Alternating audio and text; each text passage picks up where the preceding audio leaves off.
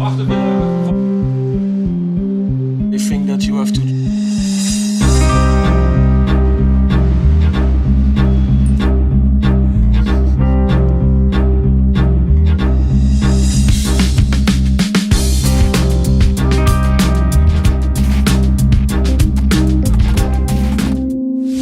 Well, the whole chain is what matters. Throwing out the line again can easily take 20 minutes. Wrong information will cost money. They don't use the correct material, that somebody get injured. We can easily speed up the process by half an hour. Time is money. A good mooring plan is vital. When you hear all that, you realise that things don't always go smoothly. And that's not really surprising when you consider behind the simple sentence, "a vessel brings a cargo to a port," lies a whole world, a complex chain with very many links. In the past, people in the port used to have a nautical background. If they didn't have this nautical background, they got it anyway, as there was sufficient time to swap experiences during visits on board. Now the number of people in the port with a nautical background is getting smaller and smaller. On top of that, they've not time anymore to swap experiences, as the vessels spend less and less time in port. Especially nowadays, the mutual understanding between the people in the port and on board the vessels is getting increasingly important, as vessels are getting larger and the need for shorter stay in port is getting bigger.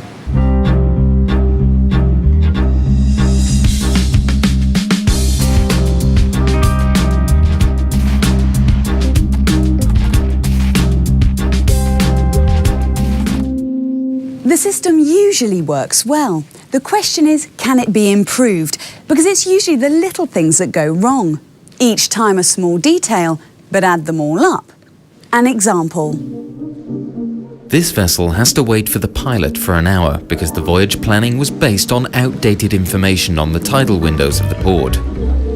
When the port plan was adjusted for pilot, tugs, terminals, boatsmen, etc. to the updated ETA, it turned out that the vessel had to berth on the port side instead of the starboard side, to a different manifold.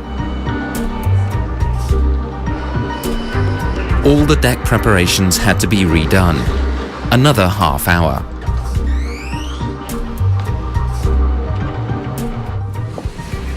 All added up, an hour and a half. Cost thousands of dollars.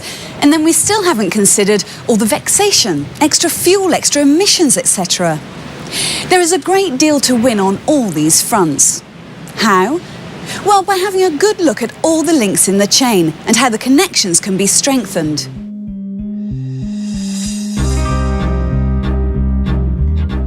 The chain of all the partners who are involved in the vessel's cargo and voyage, in bringing it into port, docking, and loading and unloading in the ports.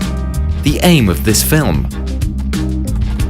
awareness, better understanding, and best practices. The whole chain revolves around the vessel and the cargo to be transported. The traders and shipping planners work on the basis of information from ports and terminals.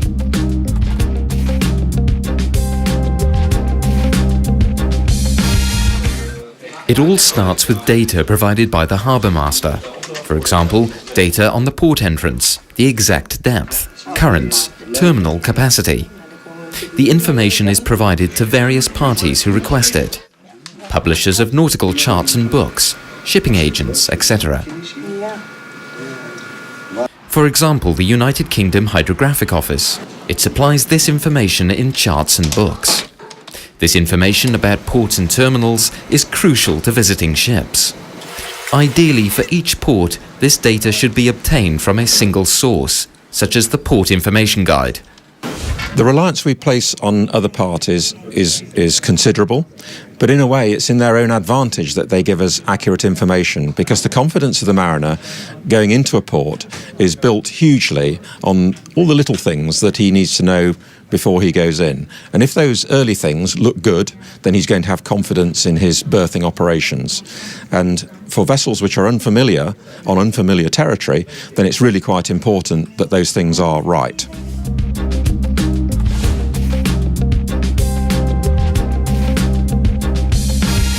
Traders and shipping planners use all this information to decide how much cargo can go to which port and terminal, with which vessel. When in doubt about the exact depth of the port, they work with a safety margin in order to ensure sufficient under-keel clearance. Coming in with a draft of 50 meters, as advised by maybe authorities that it is possible. But in the end, it comes out that only the maximum draft will be 14.9.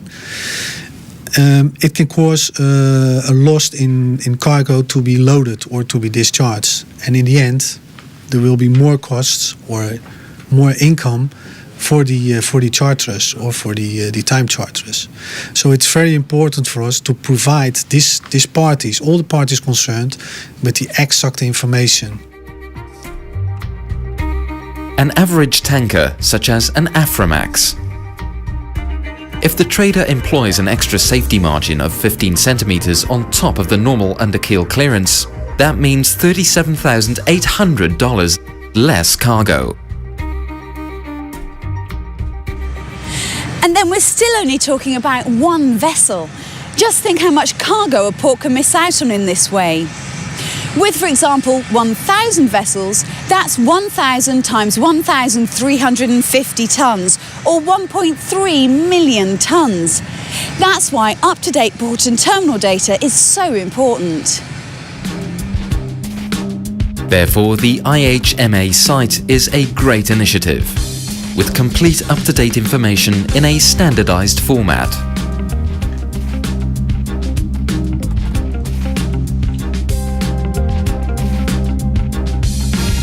The link between shipper, vessel and port is often the agent.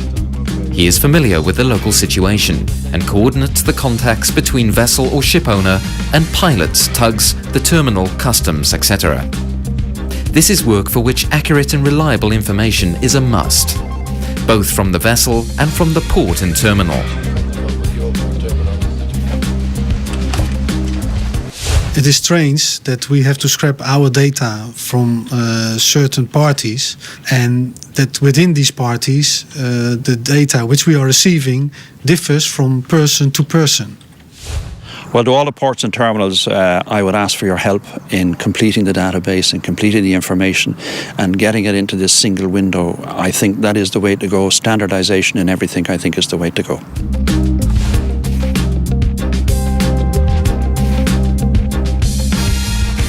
For the master, exact planning to the pilot station is important for calculating the most efficient speed. For this planning, he needs the exact tidal windows and terminal planning information. This forms the basis for voyages that are both safe and efficient, and affects fuel consumption and emissions. A small difference in speed means a big difference in bunker consumption. Two vessels are going from Gibraltar to Rotterdam. One travels at 15 knots, the other one, with the right information, 12 knots.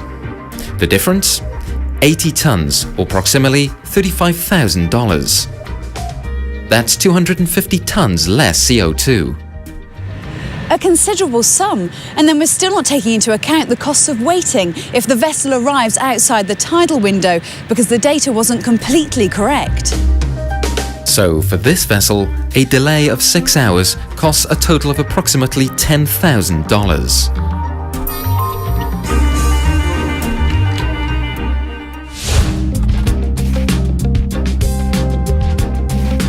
The ETA that the master transmits to the port is very important, because an up-to-date ETA of the vessel goes via the harbour master to the pilot, the tugs, boatman and terminal.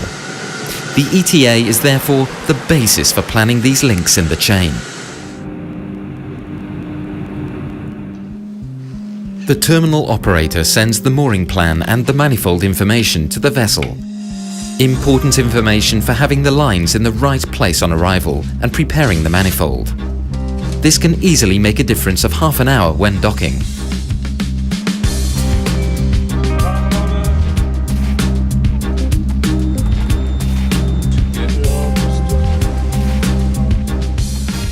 To ensure quick and safe movement in the port, it is essential that the VTS is aware of all the vessels and their planned actions. For every vessel, this means report fully and listen properly, because each vessel forms part of a single large logistical operation in a port.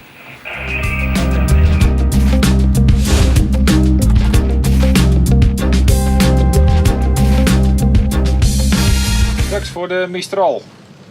Are you on the line? When the vessel is being brought in, everything revolves around the pilot. He knows the local conditions, and he coordinates the tugs and boatmen for the master. You are waiting at the low light for me? Being able to get on board safely is of course a first requirement, with a good ladder safely secured. The pilot informs the master of his intended maneuver. It is very important that the master and the pilot both have the same information on the port and the terminal, right up to the mooring plan at the terminal, so that everything can be made ready on deck.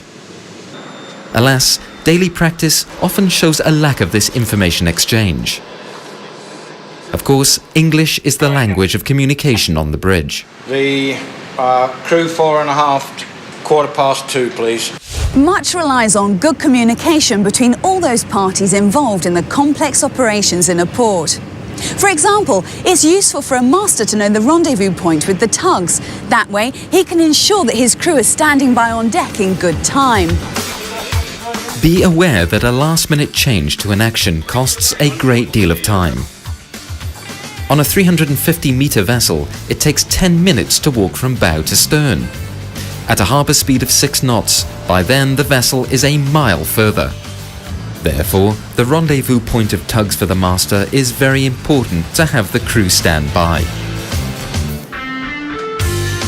The correct place to throw the forward heaving line is from the back of the forward mooring deck.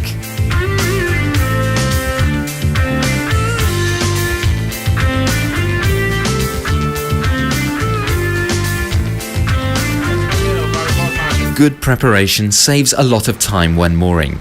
It starts with the correct information from the terminal. Which manifold? What will be the position of the wing of the bridge?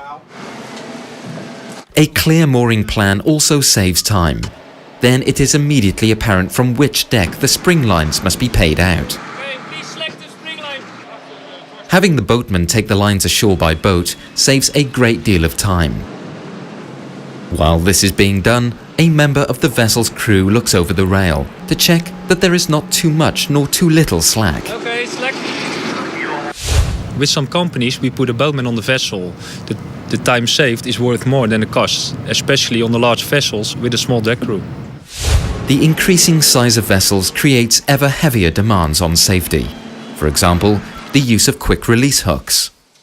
Equipment that measures distance and approach speed gives everyone the same information and can prevent damage to a fender, which can easily cost €10,000.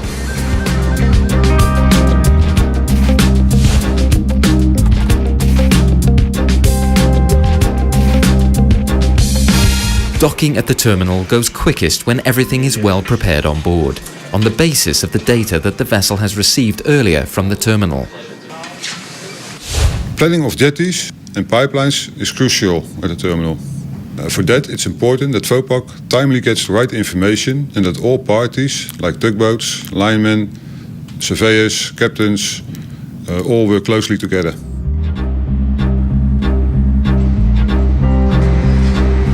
The vessel is safely moored alongside and the gangway is in positioning. Time saved, less irritation, cost savings, more cargo per vessel, better utilisation of the port and terminal capacity. That is all possible by improving cooperation between all the partners in this chain. It's possible and it must happen because vessels are getting bigger and the spot market for bulk cargoes means that increasingly vessels put in ad hoc at a port and want to be served more quickly. And all that with a smaller crew, probably with less experience. Quite a challenge. The key lies in strengthening the complete chain, and that starts with understanding each other, understanding what the other is doing, and considering how to make a particular link stronger. It's very important that we realize that we have to work as a team. Everyone is heavily occupied with his own link. It would be good to look at the neighboring links. In fact, it is amazing that we as professionals have to improvise so much. It is probably one of the first times that we've addressed it jointly, and it's an ideal opportunity to identify the problem, to strengthen our bonds between the members of the chain, and to improve the service we offer. We as harbour masters, we also have a challenge. We will strive to strengthen the nautical chain by providing better information for all the partners in the chain. But it is now time to look together on how to improve the nautical chain as a whole.